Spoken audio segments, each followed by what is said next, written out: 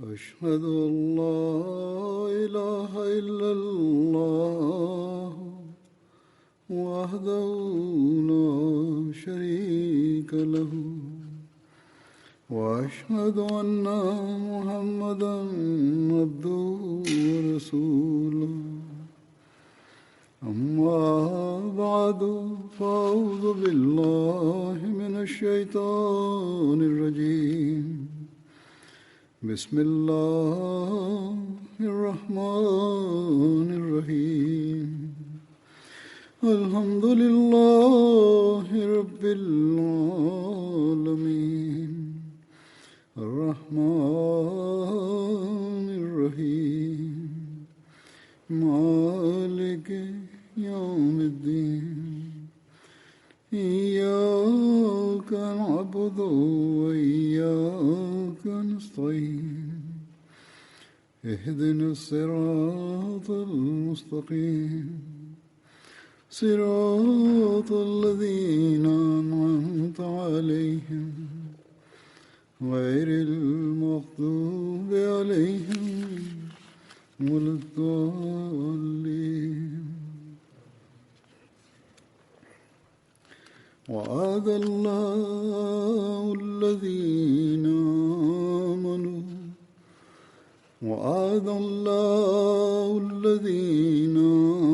آمنوا منكم وعملوا الصالحات ليستخلفنهم في الأرض كما استخلف الذين من قبلهم ولا يمكنن لهم دينهم الذي ارتضى لهم ولا يبدلنهم من بعد خوفهم أمنا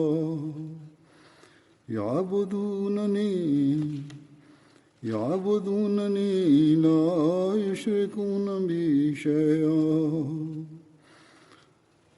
ومن كفر بعد ذلك فأولئك هم الفاسقون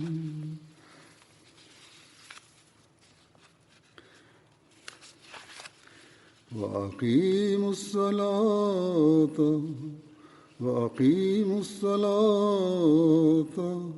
وآتوا الزكاة وأطيعوا الرسول لعلكم ترحمون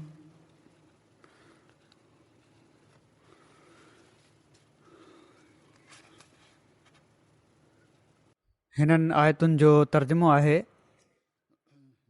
त तव्हां मां जन माण्हुनि ईमान आंदो ऐं नेक अमल कयाऊं उन्हनि सां अल्लाह पुख़्तो वाइदो कयो आहे त उन्हनि खे ज़रूरु ज़मीन में ख़लीफ़ो बणाईंदो जहिड़ो की उन खां पहिरियनि माण्हुनि खे ख़लीफ़ो बणायो ऐं उन्हनि जे लाइ उन्हनि जे दीन खे जेको उन्हनि जे लाइ पसंदि कयो ज़रूरु तमकिनत अता कंदो ऐं उन्हनि जी ख़ौफ़ जी हालति खां पोइ ज़रूरु उन्हनि खे अमन जी हालति में मटे छॾींदो।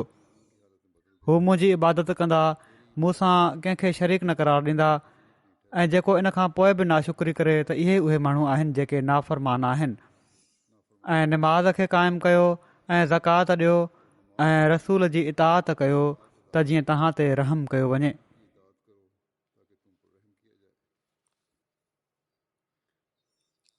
कल्ह 27 मई हुई जंहिंखे असीं योम ख़िलाफ़त जे नाले सां यादि रखंदा आहियूं।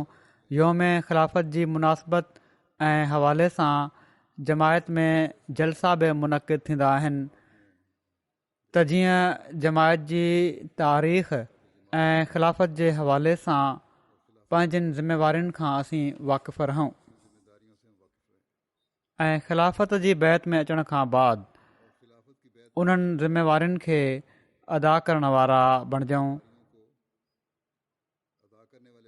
त जीअं अल्लाह ताला जे फज़लनि जा वारिस बणिजंदा रहूं। अल्लाह ताला असां ते जेको अहसान कयो आहे त असां हिन ज़माने में अल्लाह ताला जे मोकिलियल फ़िरिस्तादे खे मञियो आहे जेको इस्लाम जी सही तालीम ॿुधाइण जे लाइ असां में उन मोकिलियो आहे ऐं पोइ उन खां बाद ख़िलाफ़त जी बैत में आयासीं त जीअं उन तालीम खे पंहिंजे मथां बि लागू कयूं जेका हज़रत मसीह मऊद अलैहिस्सलातु वस्सलाम असांखे ॿुधाई ऐं अॻिते दुनिया में फैलाईंदा बि वञूं। सो ख़िलाफ़त अहमदिया सां मुंसलिक थियणु हर अहमदीअ ते तमामु वॾी ज़िमेवारी विझे थो। तॾहिं असां जेकॾहिं असीं हिन ज़िमेवारी खे अदा कंदासीं त तॾहिं असीं उन अहसान जो हक़ अदा करे सघूं था जेको अल्लाह ताला असां ते कयो आहे। हीअ आयतूं जंहिंजी मूं तिलावत कई आहे, इन में जिथे अल्लाह ताला तमकिनत अता फ़रमाइण ख़ौफ़ जी हालत खे अमुन में अचण जो वाइदो कयो आहे, उते ई वाइदो इन शर्त सां आहे त मज़बूत ईमान वारा थियो, नेक अमल बजाइण वारा बणिजो, इबादत जो हक़ अदा करण वारा थियो, अल्लाह सां कंहिंखे शरीक करार ॾियण वारा न थियो, कंहिं बि क़िस्म जे शिरक जो पहलू तव्हांजे अंदरि न हुजे। ऐं हिननि शयुनि खे हासिल करण जे लाइ अल्लाह ताला जी इबादत ऐं नमाज़ तमामु ज़रूरी आहे। जेको अल्लाह ताला इबादत जो तरीक़ो ॿुधायो आहे नमाज़, इन्हनि नमाज़ुनि जी अदायगी करण वारा बणिजो।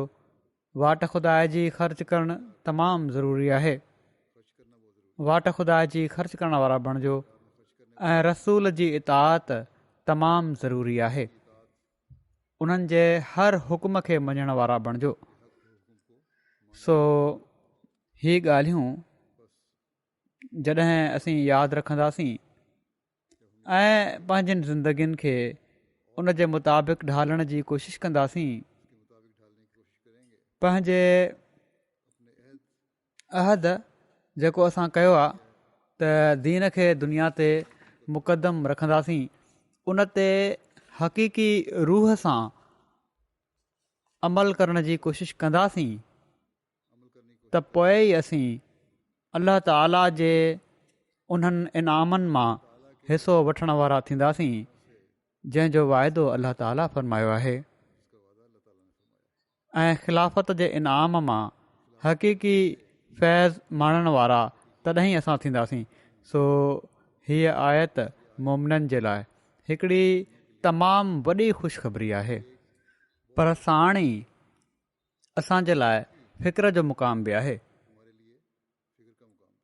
छो त जेके शर्त आहिनि जेकॾहिं उन ते पूरो नथा लहूं त पोइ इन इनाम मां सही तौर ते फैज़ नथा हासिल करे सघूं।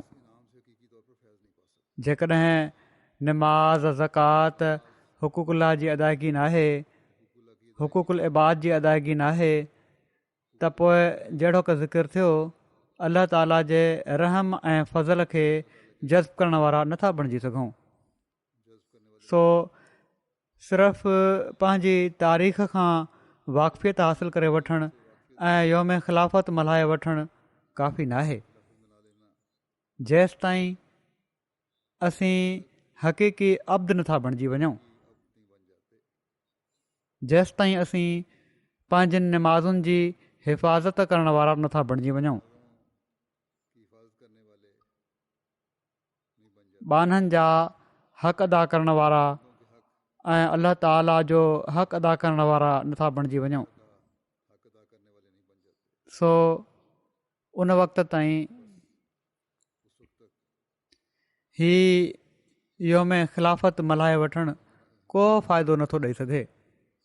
सो असांखे पंहिंजा जाइज़ा वठण जी ज़रूरत आहे त असांजी ईमानी हालत छा आहे,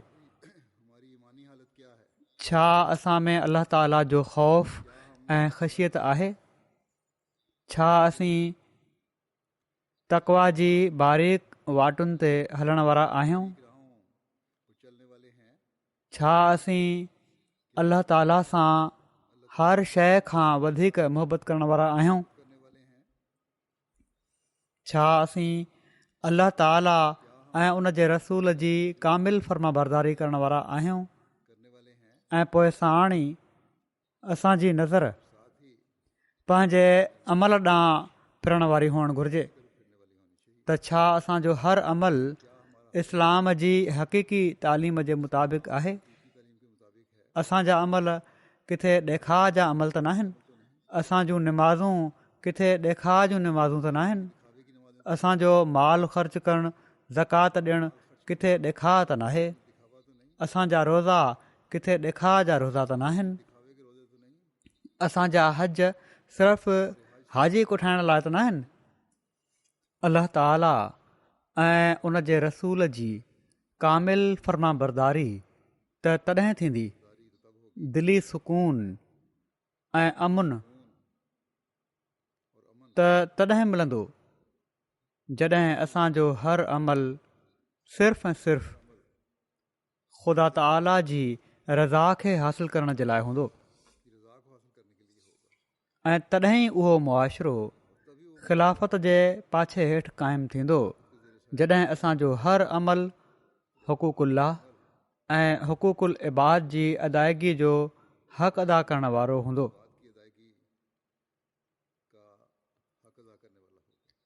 सो सिर्फ़ु ज़ुबानी ॻाल्हियूं न आहिनि ऐं पर अल्लाह ताला जे हिन इरशाद खे हमेशह साम्हूं रखणो पवंदो त इन मां उहे ईमान आणण वारा फैज़ हासिल कंदा जंहिंजा अमल साले हूंदा। हज़रत अक़दस मसीह मऊद अलैहिस्सलातु वस्सलाम फरमाइनि था त क़ुर शरीफ़ में अल्लाह ताला ईमान सां गॾु अमल सालेह बि रखियो आहे। अमल सालेह उनखे चइबो आहे जो जॾहिं हिकु ज़रे जेतिरो फ़साद बि न हुजे। यादि रखो इंसान जे अमल ते हमेशह चोर पवंदा आहिनि। उहे कहिड़ा आहिनि? उहे कहिड़ा चोर आहिनि? उहे ही आहिनि ॾेखार। माना त जॾहिं इंसान ॾेखार जे लाइ हिकिड़ो अमल कंदो आहे, उजुब हिकिड़ो अमल करे नेकी का करे वरिती त पोइ दिलि में ॾाढो ख़ुशि थींदो आहे त मां ॾाढी नेकी करे वरिती आहे। ऐं क़िस्मे क़िस्मे जा बुछड़ा कम जिन खे कॾहिं कॾहिं इंसान महसूस बि नाहे कंदो ऐं गुनाह आहिनि जेके उनखां सादिर थींदा आहिनि। इन सां अमल बातिल थी वेंदा आहिनि। सालेह अमल उहो आहे जंहिंमें ज़ुल्म, उजुब, ॾेखा, तकबुर,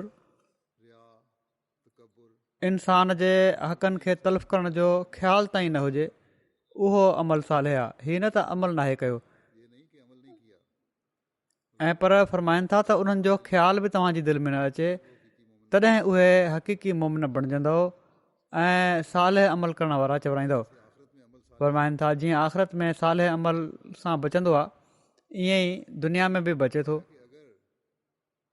फ़रमाइनि था जेकॾहिं हिकिड़ो माण्हू बि सॼे घर में सालेह अमल वारो हुजे त सॼो घरु बचियलु रहंदो आहे। सम्झी वठो त जेसि ताईं जो तव्हां में सालेह अमल न हुजे, सिर्फ़ु मञणु फ़ाइदो नाहे ॾींदो। सो ईमान सां गॾु सालेह अमल तमामु ज़रूरी शर्त आहे। वरी फ़रमाइनि था त सालेह अमल असांजी पंहिंजी तजवीज़ ऐं ठाराह सां नथो थी सघे। हीअ नाहे त असां ही चऊं था त ही सालेह अमल आहे। असल में सालेह अमल उहे आहिनि जंहिं में कंहिं क़िस्म जो को फ़साद न हुजे, छो त सालेह फ़साद जो उबतड़ आहे। जीअं ग़िज़ा तयब उन वक़्तु हूंदी आहे जो उहा न कची हुजे, न सड़ियल हुजे, न कंहिं अदना दर्जे जी जिन्स जी हुजे, ऐं पर अहिड़ी हुजे जेका फ़ौरन बदन जो जुज़ो थी वञण वारी हुजे, जेका जिस्म जो हिसो बणिजी वञे। उहा ग़िज़ा तयब आहे जंहिं में कंहिं क़िस्म जी कमी न हुजे।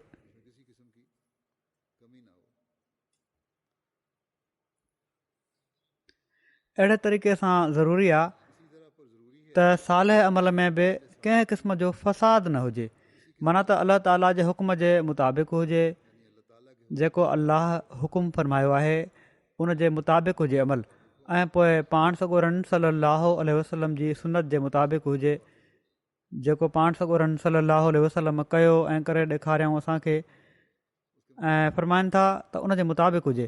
ऐं पोइ न उन में कंहिं क़िस्म जो कसल हुजे, का सुस्ती न हुअणु घुरिजे इन अमल खे बजाइण में, न उजुब हुजे, न ॾेखाउ हुजे, न उहो पंहिंजी तजवीज़ सां हुजे। जॾहिं अहिड़ो अमल हुजे त उहो साले अमल चवराईंदो आहे।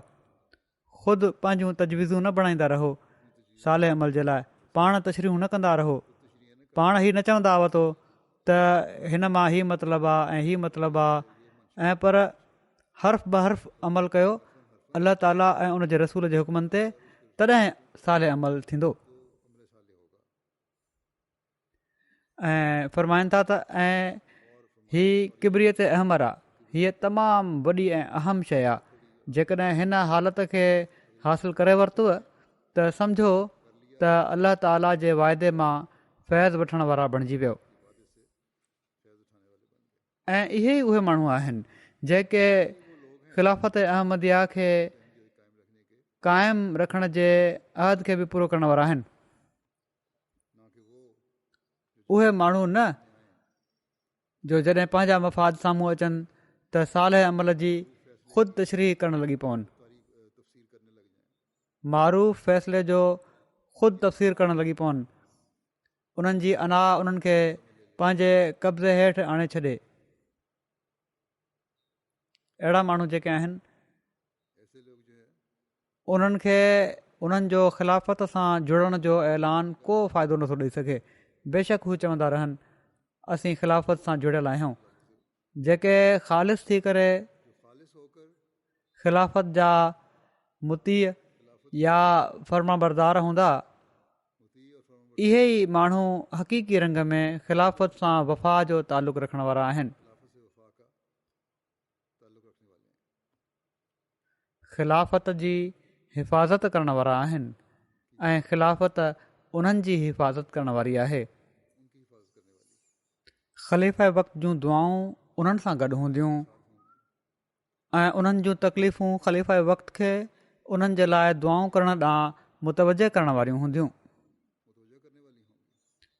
ही नेक अमल बजा आणण वारा ई आहिनि जंहिंजो ख़िलाफ़त सां रिश्तो ऐं ख़िलाफ़त जो उन्हनि सां रिश्तो ख़ुदा ताला जी रज़ा ख़ातिर आहे।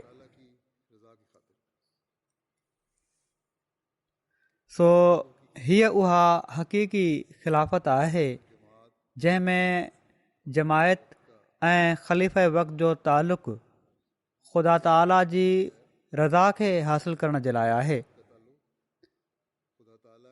ऐं इहा ई उहा ख़िलाफ़त आहे जेका तमकिनत ऐं अमुन जो सबबु आहे। इहो ई उहो माण्हुनि ऐं ख़लीफ़े वक़्त जो तालुक़ु आहे जेको ॿिन्ही खे अल्लाह ताला जे फज़लनि खे हासिलु करण वारो बणाए थो।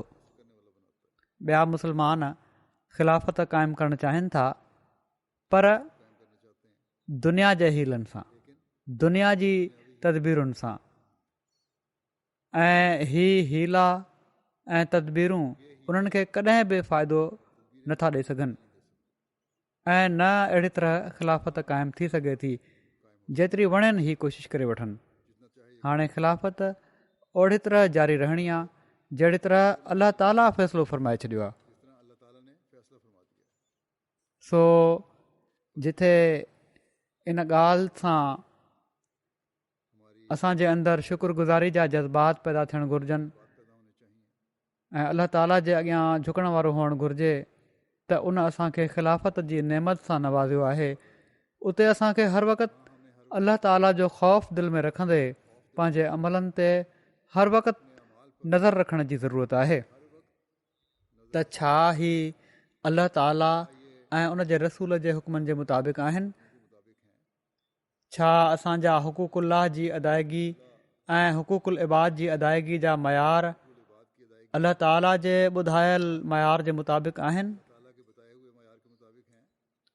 सो हर अहमदी जी हर घड़ी जिथे अल्लाह ताला जी शुक्रगुज़ारीअ में गुज़रणु घुरिजे त उन असांखे ख़िलाफ़त जी नेमत सां नवाज़ियो आहे उते पंहिंजा जाइज़ा वठंदे बि गुज़रणु घुरिजे त छा अल्लाह ताला जे हुकमनि जी तामील असीं कयूं पिया था ऐं जॾहिं इन सोच सां ज़िंदगी गुज़ारींदासीं ऐं पोइ पंहिंजे अमलनि खे बि इन जे मुताबिक़ कंदासीं ऐं ख़िलाफ़त जे क़ाइमु रहण जे लाइ दुआऊं बि घुरी रहिया हूंदासीं त पोइ अल्लाह ताला जे इनामनि जा वारिस बि बणिजंदा वेंदासीं। इहो ई हज़रत मसीह मऊद अलैहिस्सलाम असांखे ॿुधायो आहे त अल्लाह ताला खेनि तसली बि ॾिनी आहे त ख़िलाफ़त जो निज़ाम जारी रहंदो ऐं अल्लाह ताला खेनि जेके ख़ुशख़बरियूं ॾिनियूं आहिनि उहे ज़रूरु पूरियूं थींदियूं जेकॾहिं असीं इन्हनि शर्तनि खे पूरो करण वारा आहियूं त जीअं त रिसाले अलवसियत में पाण ख़िलाफ़त जे निज़ाम जे बारे में वॾे तफ़सील सां ज़िक्र फ़रमायो अथनि।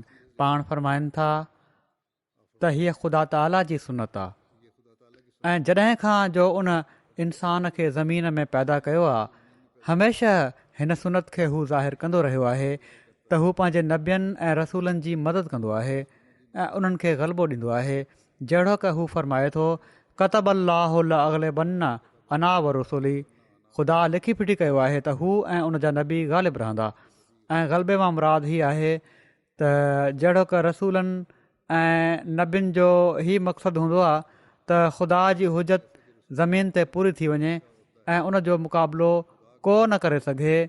अहिड़ी तरह ख़ुदा ताला कवी निशाननि सां उन्हनि जी सचाई ज़ाहिरु करे छॾींदो आहे ऐं जंहिं रास्तबाज़ी खे हू दुनिया में फैलाइणु चाहींदा आहिनि उन जी तुख़्म रेज़ी उन्हनि जे हथां करे छॾींदो आहे पर इन जी पूरी तकमील उन्हनि जे हथां नाहे कंदो ऐं पर अहिड़े वक़्त में उन्हनि खे वफ़ात ॾेई जेको बज़ाहिर हिकिड़ी नाकामी जो ख़ौफ़ पाण सां गॾु रखंदो आहे मुख़ालफ़नि खे खिलुनि ऐं चिथर ऐं तान ऐं तशनीह जो मौक़ो ॾेई छॾींदो आहे ऐं जॾहिं हू खिलूं ऐं चिथरूं करे बीहंदा आहिनि त पोइ हिकिड़ो ॿियो हथु पंहिंजी कुदरत जो ॾेखारींदो आहे ऐं अहिड़ा सबब पैदा करे छॾींदो आहे जंहिंजे ज़रिए सां उहे मक़सद जेके कंहिं क़दुरु अणपूरा रहिजी विया हुआ पंहिंजे कमाल ते पहुचंदा आहिनि। असीं ॾिसूं था त जिथे हज़रत मसीह मऊद अलैहिस्सलाम जी वफ़ात हर अहमदी खे धूणे फिटी कयो उते ग़ैरनि बि ख़ुशी जा वॾा वाॼा वॼाया। संदन वफ़ात ते अहिड़ियूं बकवासूं कयूं वयूं जो इंसानियत खे उन्हनि जे बारे में ॿुधी शर्म थो अचे। उहे बेहूदा बकवासूं कयूं वयूं जो इंसान हैरान थो थिए त अल्लाह ऐं रसूल जो नालो वठण वारा एतिरे हद ताईं बिकिरी सघनि था। ही समूरी बकवास त मूंखे बयानु करण जी ज़रूरत न आहे पर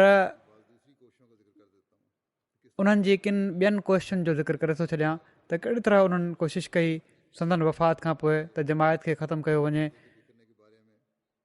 जमायत जा शिराज़ा टुटण जे बारे में ऐं अहमदनि में अहमद खां तौबा करण जे बारे में कूड़ियूं ख़बरूं कहिड़ी तरह हिननि फैलायूं। मिसाल तौरु पीर जमात अली शाह जे मुरीदनि चयो त मिर्ज़ाई तौबा करे बैत कनि पिया था माना अहमद खां तौबा करे हज़रत मसीह मऊद अलैहिस्सलाम जी वफ़ात खां बाद हाणे उन्हनि मंझि शामिलु थी रहिया आहिनि। ख़्वाजा हसन निज़ामी साहब अहमदनि खे मशवरो ॾियनि था हीअ चवनि था त हाणे मिर्ज़ा साहब जी मसीहियत ऐं महदवियत जी दावा खां साफ़ इनकार करे छॾनि अहमदी न त डपु आहे त मिर्ज़ा साहब जहिड़े अकुलमंद ऐं मुंतज़िम शख़्स जे मौजूदु न हुअण सबबि अहमदी जमायत मुख़ालफ़नि जी शोरिश खे बर्दाश्त न करे सघंदी ऐं उनजो शिराज़ो टुटी पवंदो। वॾे सियासी अंदाज़ में पंहिंजे तरफ़ां वॾी नरम ज़बान में हीअ मशवरो ॾियनि पिया था। हीअ साहब संजीदा तबा हुआ बज़ाहिर उन्हनि ॾाढो सादड़ो बणिजी ऐं हमदर्द बणिजी अहमदनि खे मशवरो ॾिनो आहे त मिर्ज़ा साहब त हाणे फ़ौत थी विया आहिनि हाणे तव्हांखे को संभाले नथो सघे तंहिं करे छॾियो अहमद खे ऐं अचो ऐं असां सां गॾु शामिलु थी वञो। पर इन्हनि खे ख़बर न हुई उन्हनि जी अखि उन्हनि वाइदनि जे शान खे न पई ॾिसी सघे जेके अलाह ताला हज़रत मसीह मऊद अलैहिस्सलातु वस्सलाम सां कया हुआ त मां तोसां गॾु ऐं तुंहिंजे प्यारनि सां गॾु आहियां। खेनि फ़रमायो इल्हामन अलाह ताला साणनि अलाह ताला वाइदो फ़रमाए तसली ॾिनी हुई त तव्हां खां पोइ तव्हांजी ख़िलाफ़त जो सिलसिलो शुरू थींदो ऐं जेके वाइदा ऐं पेशिन गोयूं आहिनि ज़रूरु पूरियूं थींदियूं। पाण वाज़े फ़रमायाऊं त हीअ नबियुनि जी जमायत ॿी कुदरत खे बि ॾिसंदी आहे। हिते हीअ नबी जो मिसाल ॾेई हीअ उन्हनि माण्हुनि खे बि जवाबु ॾेई छॾियाऊं जेके माण्हू के कमज़ोर तब अहमदी कॾहिं कॾहिं हिबकंदा आहिनि हीअ चवंदे त मसीह मौद अलैहिस्सलाम नबी हुआ। हिते इन जो जवाब बि अची वियो। हीअ ख़ुदि पाण फ़रमाए छॾियाऊं त मुंहिंजी जमायत नबी जी जमायत आहे ऐं मां नबी आहियां। ऐं पाण फ़रमायाऊं त नबियुनि जी जमायत ॿी कुदरत खे बि ॾिसंदी आहे ऐं इहो ई तव्हां माण्हू बि ॾिसंदव जेके ईमान ते क़ाइमु रहंदव ऐं साले अमल कंदव। जीअं त पाण कुदरत सानिया जे जारी रखण जे बारे में फ़रमाइनि था। मक़सदु अल्लाह ताला ॿिनि क़िस्मनि जी कुदरत ज़ाहिर कंदो आहे।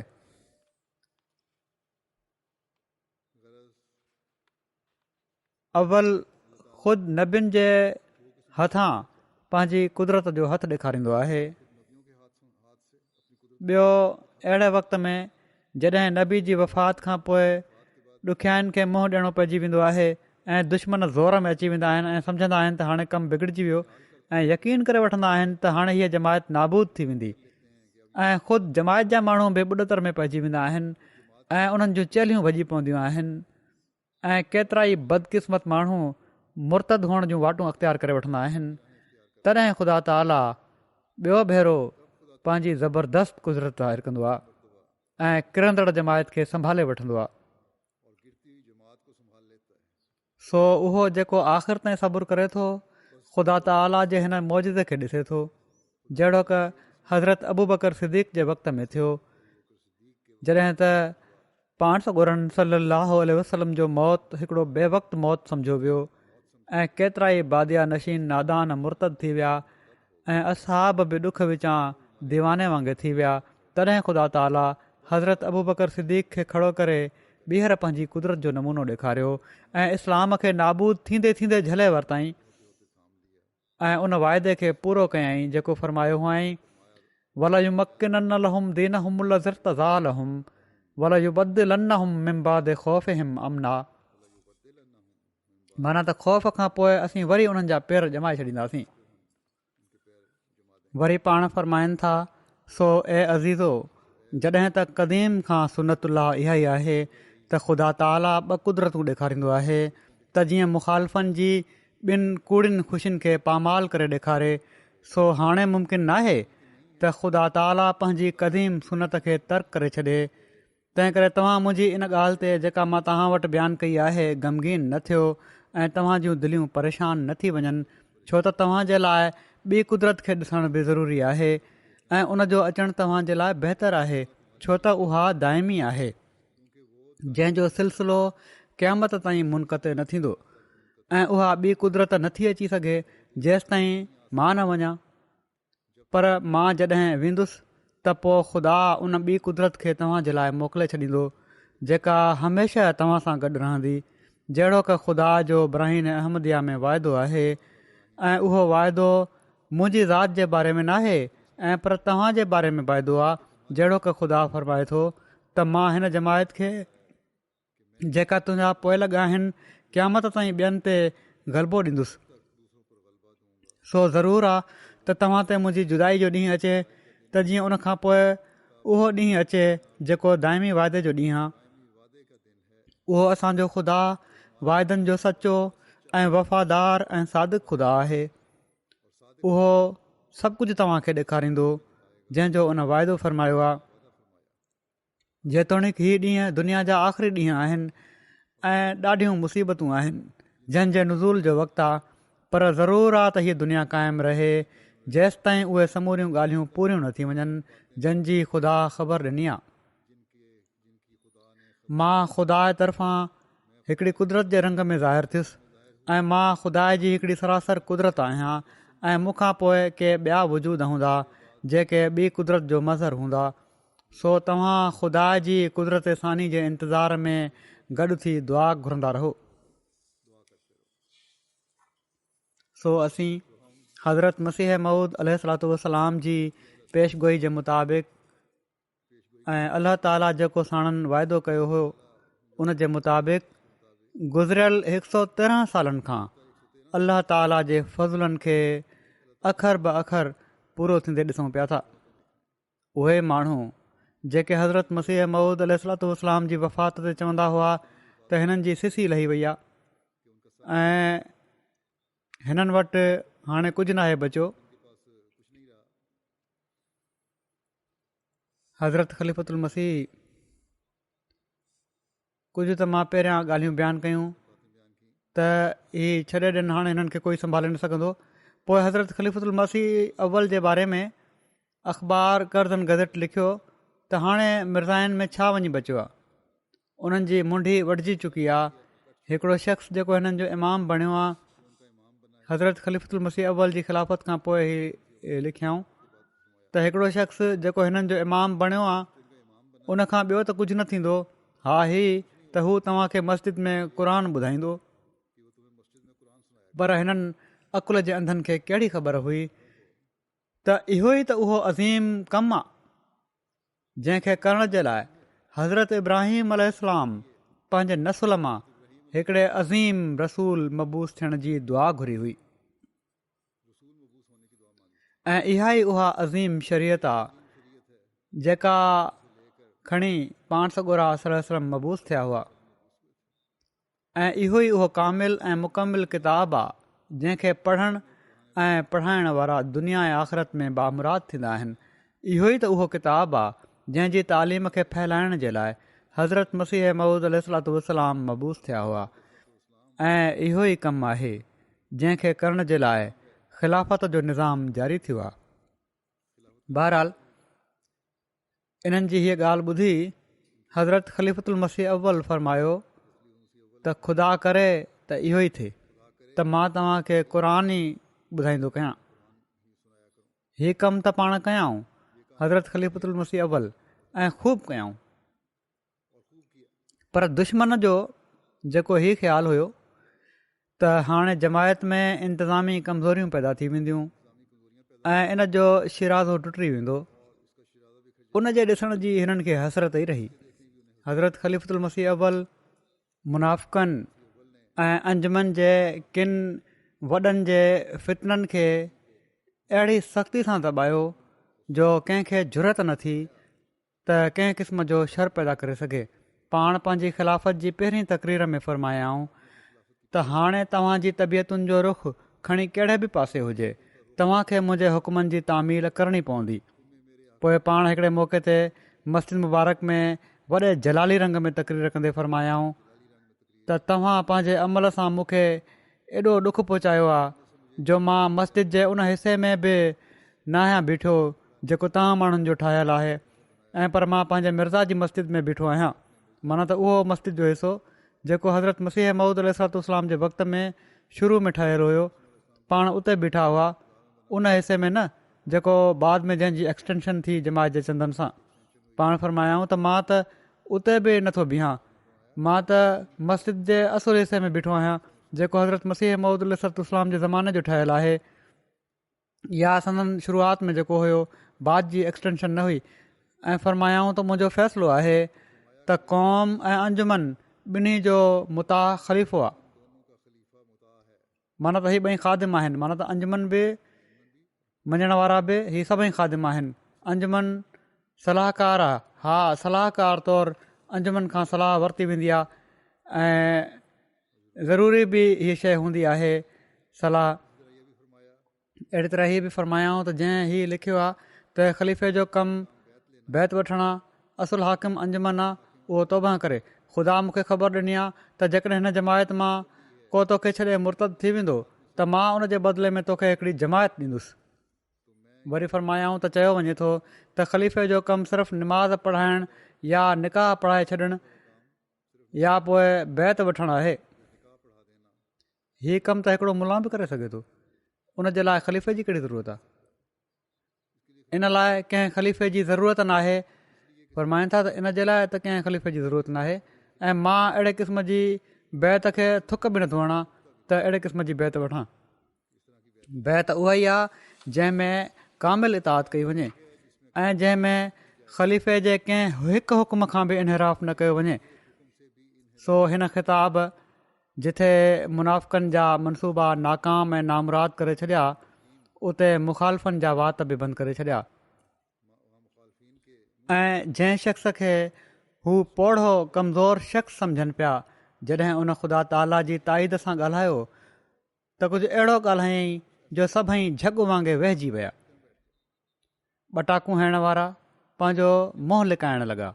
जमायत जे मुख़लिसनि हिकिड़े नए अज़म सां बैत जो अहद कयो ऐं पोइ दुनिया ॾिठो त कहिड़ी तरह जमायत तरक़ीअ ॾांहुं तेज़ीअ सां हली पई। पोइ जॾहिं मार्च 1914 में हज़रत ख़लीफ़तुल मसीह अव्वल जी वफ़ात थी त उन वक़्तु जमायत में वरी हिकिड़े ज़िलज़िले जी कैफ़ियत पैदा थी। अंजुमन जा वॾा जेके अंजुमन खे ई हज़रत मसीह मऊद अलैहिस्सलाम जो असुल जानशीन मञाइण ते तुरिया वेठा हुआ ऐं हज़रत ख़लीफ़तुल मसीह अव्वल जे करे चुप थी विया हुआ, वरी कर खणण लॻा। अहिड़ी तरह मुनाफ़िक़ बि कर खणण जी उन्हनि कोशिशि कई, पर वरी अल्लाह ताला जी मदद ऐं नुसरत जो हथु हज़रत मसीह मऊद अलैहिस्सलाम सां कयल वाइदे जे मुताबिक़ ख़िलाफ़त जे मनसब खे संभालण जो ज़रियो बणियो। अंजुमन जे वॾनि खे ख़तरो हुयो त जमायत हज़रत मिर्ज़ा बशीरुद्दीन महमूद अहमद खे अॻिलो ख़लीफ़ो चूंडे वठंदी। तंहिं करे उन्हनि ॾाढी कोशिशि कई त ख़लीफ़ो न थिए। कंहिं न कंहिं तरह हीअ ॻाल्हि टरी वञे, तोड़े कुझु वक़्त जे लाइ सही। हज़रत मिर्ज़ा बशीरुद्दीन महमूद अहमद साफ़ चयो त ख़लीफ़ो त बहरहाल हुअणु घुरिजे, पर साण ई मां हीअ बि वाज़े थो करे छॾियां त मूंखे को शौक़ु नाहे त मां ख़लीफ़ो बणिजां। तव्हां जंहिंखे वणेव ख़लीफ़ो बणाए वठो। मां ऐं मुंहिंजो पूरो ख़ानदान उन जी सचीअ दिलि सां बैत करे वठंदासीं। पर ही माण्हू जेके पंहिंजो पाण खे कामिल अकुल वारो सम्झनि पिया ऐं उन्हनि खे ख़तरो बि हो त फ़ैसिलो त हिननि जे हक़ में थियणो आहे, जेके सिर्फ़ु इक़्तिदार चाहीण वारा हुआ, उन्हनि हीअ ॻाल्हि न मञी। हज़रत ख़लीफ़तुल मसीह सानी हज़रत मिर्ज़ा बशीरुद्दीन महमूद अहमद जॾहिं चयो त मां कंहिंजी बि बैत करण लाइ तयारु आहियां, तव्हां जंहिंखे मुक़ररु कयो, पर ख़लीफ़ो बहरहाल हुअणु घुरिजे, त उन्हनि हीअ ॻाल्हि न मञी। बहरहाल पोइ हज़रत मसीह मऊद अलैहिस्सलाम जी वसियत जे मुताबिक़ मोमिननि जी जमायत मस्जिद नूर में गॾु थी ऐं हीअ तक़रीबन 2000 या तक़रीबन उन खां वधीक माण्हू हूंदा। सभिनी हज़रत मिर्ज़ा बशीरुद्दीन महमूद अहमद खे पंहिंजो ख़लीफ़ो चूंडे वरितो ऐं माण्हू हिक ॿिए जे कुल्हनि तां टपंदे बैत जे लाइ अॻिते वधी रहिया हुआ।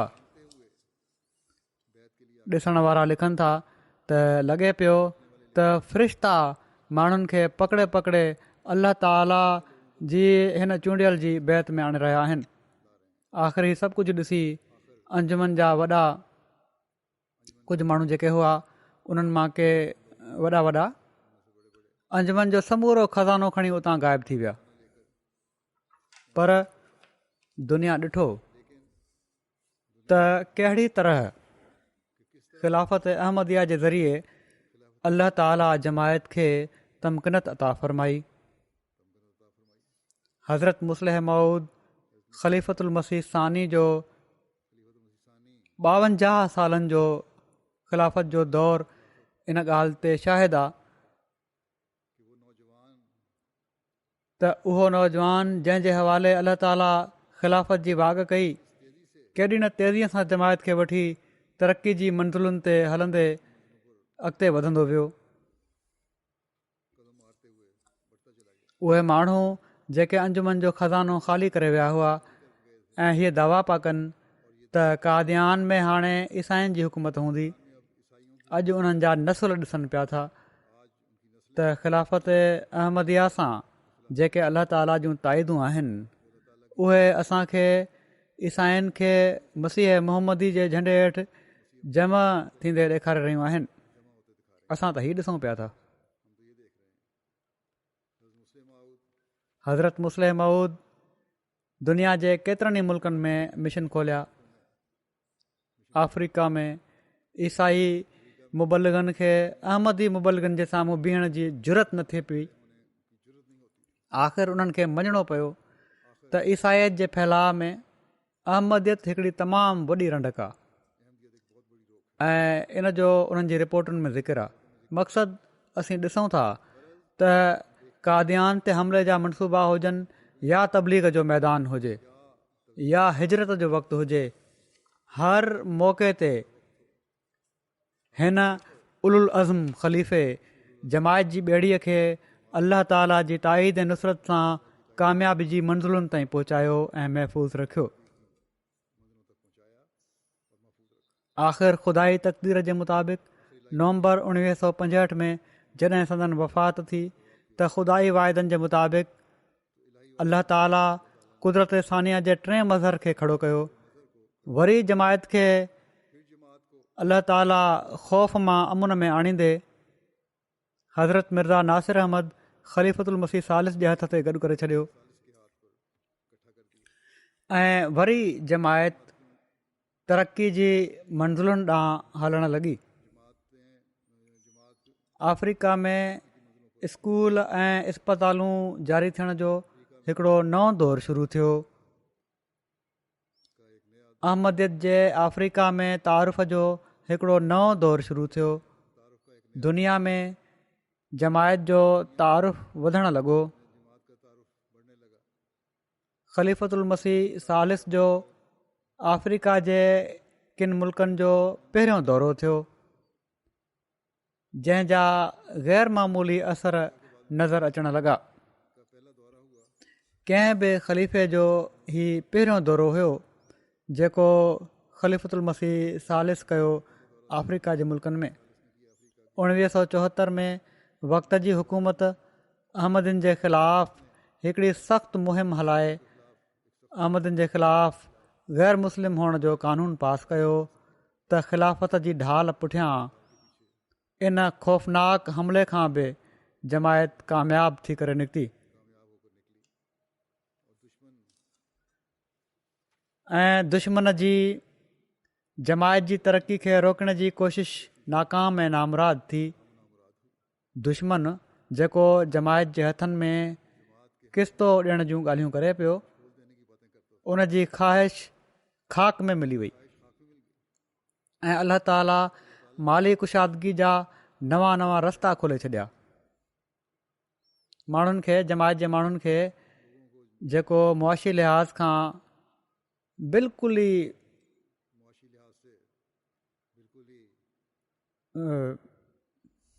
क्रिपल कयो वियो हुयो या कोशिशि कई हुआ ख़तमु करे छॾनि।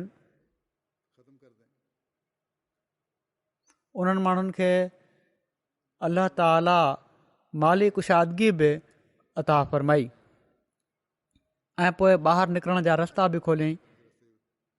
सो उहे माण्हू जर्मनी में ऐं किन ॿियनि जॻहुनि ते जेके 74 खां पोइ ॿाहिरि आया आहिनि उन्हनि खे माली कुशादगी मिली आहे। उन्हनि खे हीअ ॻाल्हियूं पंहिंजे नसुलनि ऐं औलाद खे बि ॿुधाइणु घुरिजनि त कहिड़ी तरह दुश्मन हिकिड़ी कोशिशि कई हुई ऐं कहिड़ी तरह ख़िलाफ़त जे पाछे हेठि पोइ अल्लाह ताला उन्हनि जे लाइ नवां रस्ता खोलिया ऐं हज़ारे भेरा वधीक माली कुशादगी फ़रमाए छॾियईं पहिरियां खां। वरी जून 1982 में हज़रत ख़लीफ़तुल मसीह सालिस बि असां खां मोकिलाए विया त अल्लाह ताला वरी पंहिंजे वाइदे जे मुताबिक़ हज़रत मिर्ज़ा ताहिर अहमद ख़लीफ़तुल मसीह राबे जे ज़रिए जमायत जे ख़ौफ़ खे अमुन में मटियो। दुश्मन जूं जमायत जी तरक़ी खे ॾिसी उन वक़्तु वायूं बताल थी चुकियूं हुयूं। उन नए सिर खां हमले जो मनसूबो ठाहियो ऐं कोशिशि कयई त ख़िलाफ़त अहमदिया खे मुअतल उज़वो करे छॾिजे। हिते दुश्मन पंहिंजे ख़्याल में मुंडी वढण जी कोशिशि कई, पर हिननि जाहिलनि ऐं अकुल जे अंधनि खे कहिड़ी ख़बर त ख़ुदा ताला जा मनसूबा कहिड़ा आहिनि। ग़ैर मामूली ताईद ऐं नुसरत सां अल्लाह ताला हज़रत ख़लीफ़ुल मसीह राबे जी पाकिस्तान मां हिजरत कराई ऐं दुश्मन ॾिसंदो रहिजी वियो। ऐं पोइ हिजरत खां पोइ ख़िलाफ़त राबिया में तरक़ियुनि जो हिकिड़ो नओं दौरु शुरू थियो ऐं सैटेलाइट जे ज़रिए ख़लीफ़े वक़्त ऐं अहमदियत ऐं हक़ीक़ी इस्लाम जो पैगाम अहमदियुनि जे घरनि सां गॾोगॾु ग़ैरनि जे घरनि में ऐं हर मुल्क में पहुचणु शुरू थियो ऐं तबलीग जा नवां रस्ता खुलिया। केतिरनि ई मुल्कनि में अहमदियत जा ॿूटा लॻा ऐं हक़ीक़ी इस्लाम जी तालीम पखिड़िजणु शुरू थी। क़ुर शरीफ़ जी इशाअत पहिरियां खां वधी वई। इन जा तर्जुमा नयुनि ॿोलियुनि में शुरू थिया। पोइ ख़ुदाई तक़दीर जे मुताबिक़ अप्रैल 2003 में ख़लीफ़ुल मसीह राबे जी वफ़ात थी त वरी जमायत जे लाइ हिकिड़ो तमामु वॾो इहो लोॾो हुयो ऐं दुश्मन जे ख़्याल में उन्हनि जे लाइ अहमदियत खे ख़तमु करण जो हिकिड़ो तमामु बहितरीनु मौक़ो हुयो। पर अल्लाह ताला जेको हज़रत मसीह मऊद अलैहिस्सलाम सां वाइदो फ़रमायो आहे, उन हिकु दफ़ो वरी जमायत खे संभालियो ऐं अहिड़ो संभालियईं जो मुख़ालिफ़ मौलवी बि चवणु लॻा त बावजूदु इन जे जो असां तव्हांखे सचो नथा सम्झूं, पर ख़ुदा ताला जी फैली शहादत तव्हां सां गॾु आहे, हीअ असीं ॾिसूं पिया था। पर उन जे बावजूदु हीअ मञण जे बावजूदु त ख़ुदा ताला जी फैली शहादत असां सां गॾु आहे, पोइ बि मञण लाइ तयारु न आहिनि। मोमिननि जी दुआउनि खे अल्लाह ताला ॿुधो ऐं ख़ौफ़ जी हालत खे अमुन में मटे छॾियईं ऐं इस्लाम जी तारीख़ में हज़रत मसीह मऊद अलैहिस्सलाम जे ज़रिए ख़िलाफ़त ख़ामिसा जो दौरु शुरू थियो। इस्लाम जे शुरूआती दौर में जेकॾहिं ख़िलाफ़त राशिदा चइनि ख़िलाफ़तुनि ताईं महदूदु हुई त उहा पाण सॻोरनि सल्लल्लाहु अलैहि वसल्लम जी पेशिनगोई जे मुताबिक़ हुई ऐं हाणे जेको ख़िलाफ़त ख़ामिसा जो दौरु हज़रत मसीह मऊद अलैहिस्सलाम जे दौर खां शुरू थियो आहे त हीअ बि पाण सॻोरनि सल्लल्लाहु अलैहि वसल्लम जी पेशिनगोई जे मुताबिक़ आहे। हज़रत मसीह मऊद अलैहिस्सलाम जी बैसत खां पोइ जहिड़ी तरह इस्लाम जी तारीख़ में केतिरा ई नवां बाब खुलिया आहिनि, ख़िलाफ़त ख़ामिसा बि इन्हनि जो ई हिकिड़ो हिसो आहे। दुश्मन सम्झे पियो त हाणे त जमायत जी क़यादत एतिरनि मज़बूत हथनि में नाहे, पर उन्हनि खे कहिड़ी ख़बर त असुल हथु त ख़ुदा ताला जो हथु आहे, जेको जंहिंजी ताईद में ऐं जंहिंसां गॾु हुजे उनखे मज़बूत करे छॾींदो आहे। अॼु दुश्मन जे हसद जी अखि पहिरियां खां वधी करे जमायत जी तरक़ियुनि खे ॾिसे पई थी। जमायत जो जेको तारुफ़ ऐं दुनिया में इन जो इज़हार ग़ैर मामूली तौर ते हिन दौर में थियो आहे, हर तबिके में ऐं हर सतह ते ही ग़ैर मामूली आहे। मां त हिकिड़ो तमामु कमज़ोर इंसानु आहियां, मुंहिंजी कंहिं ख़ूबीअ जे करे ही तरक़ी नथी पई थिए। दुनिया जी हुकूमतुनि जे अॻुवाणनि ऐं ईवाननि में जमायत अहमदिया जो तारुफ़ थी रहियो आहे त ही सिर्फ़ु ऐं सिर्फ़ु अल्लाह ताला जे फज़लनि ऐं उन जे हज़रत मसीह मऊद अलैहिस्सलाम सां कयल वाइदनि जे करे थी रहियो आहे। पाण सॻोरनि सल्लल्लाहु अलैहि वसल्लम जी पेशिनगोई जे मुताबिक़ थी रहियो आहे। रोज़ानो अल्लाह ताला जे फज़लनि जा नज़ारा असीं ॾिसी रहिया आहियूं। इशाअत क़ुर ऐं हज़रत मसीह मऊद अलैहिस्सलाम जे किताबनि जो कमु मुख़्तलिफ़ ॿोलियुनि में तमामु घणो वधी चुको आहे। MTA जे ज़रिए सां दुनिया जे सभिनी मुल्कनि में इस्लाम जो हक़ीक़ी पैगाम पहुची रहियो आहे। पहिरियां हिकिड़ी ॿोली में हो ऐं हिकिड़ो चैनल हुयो। हिन वक़्तु MTA जा 8 मुख़्तलिफ़ चैनल कमु कनि पिया था दुनिया में, दुनिया जे मुख़्तलिफ़ मुल्कनि में MTA स्टूडियो बणिजी विया आहिनि जिथां MTA जा प्रोग्राम जारी रहंदा आहिनि।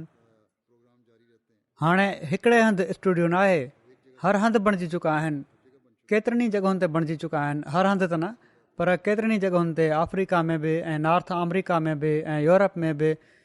जेकॾहिं असां पंहिंजे वसीलनि खे ॾिसूं त हीउ मुमकिन ई न आहे। सोशल मीडिया जे ज़रिए बि इस्लाम जो हक़ीक़ी पैगाम पहुची रहियो आहे।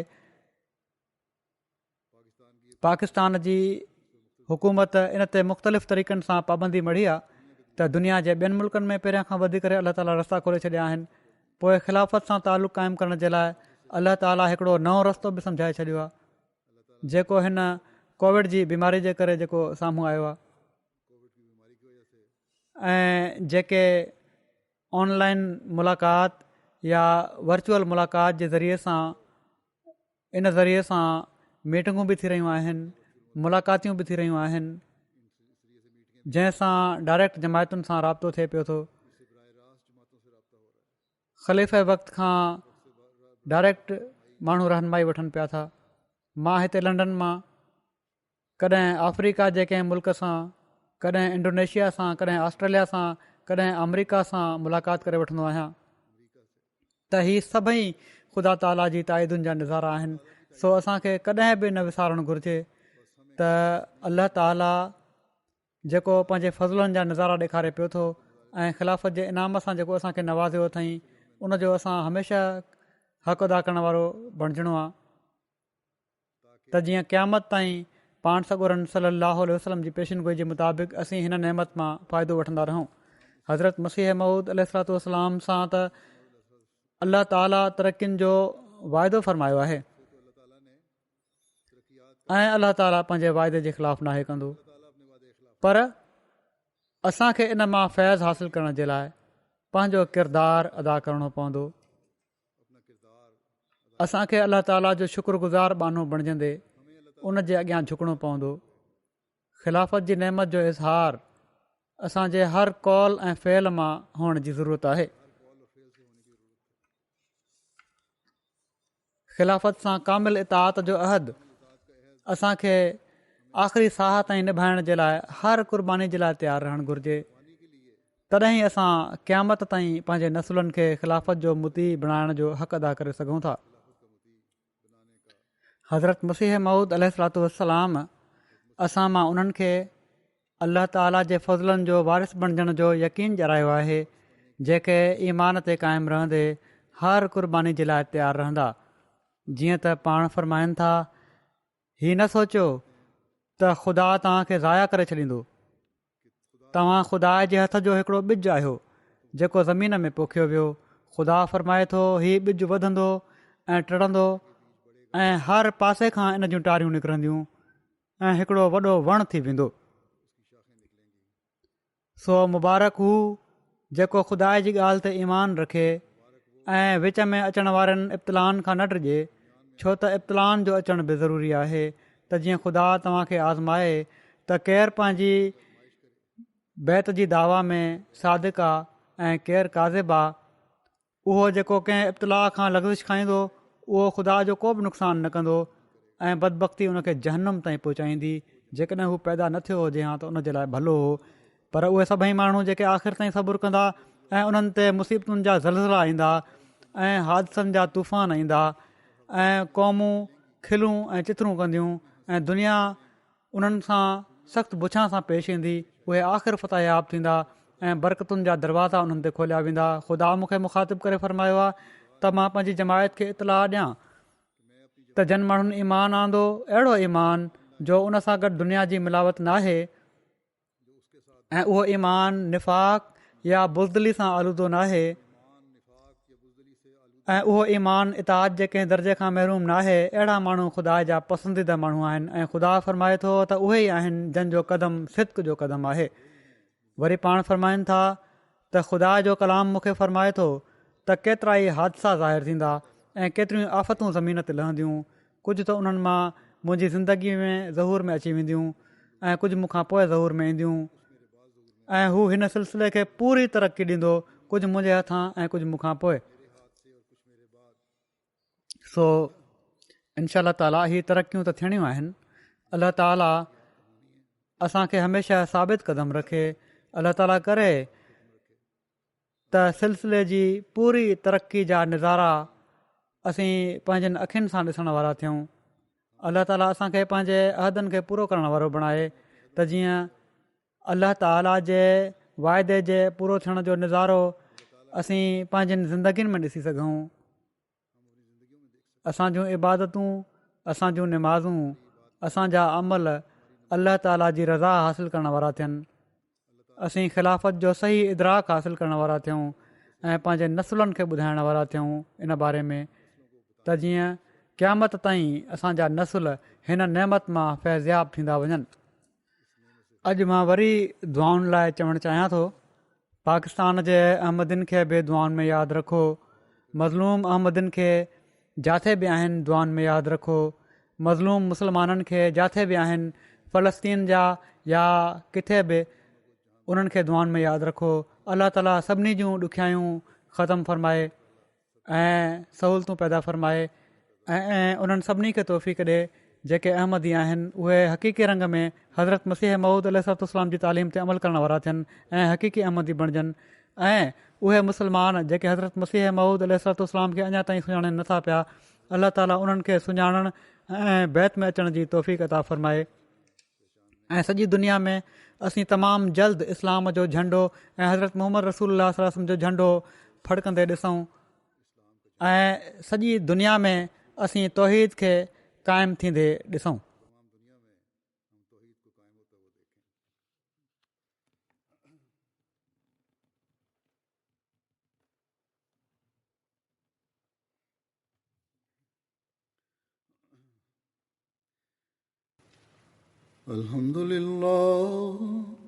अल्हम्दुलिल्लाह नहमदुहु व नस्तईनुहु व नस्तगफिरुहु व नुमिनु बिही व नतवक्कलु अलैहि व नऊज़ु बिल्लाहि मिन शुरूरि अनफुसिना व मिन सय्यिआति अअमालिना.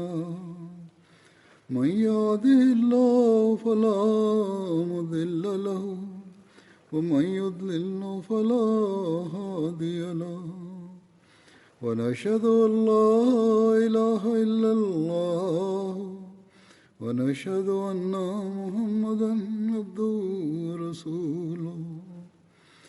عباد الله رحمكم الله إن الله يأمر بالعدل والإحسان وإيتاء ذي القربى وينهى عن الفحشاء والمنكر والبغي يعظكم لعلكم تذكرون.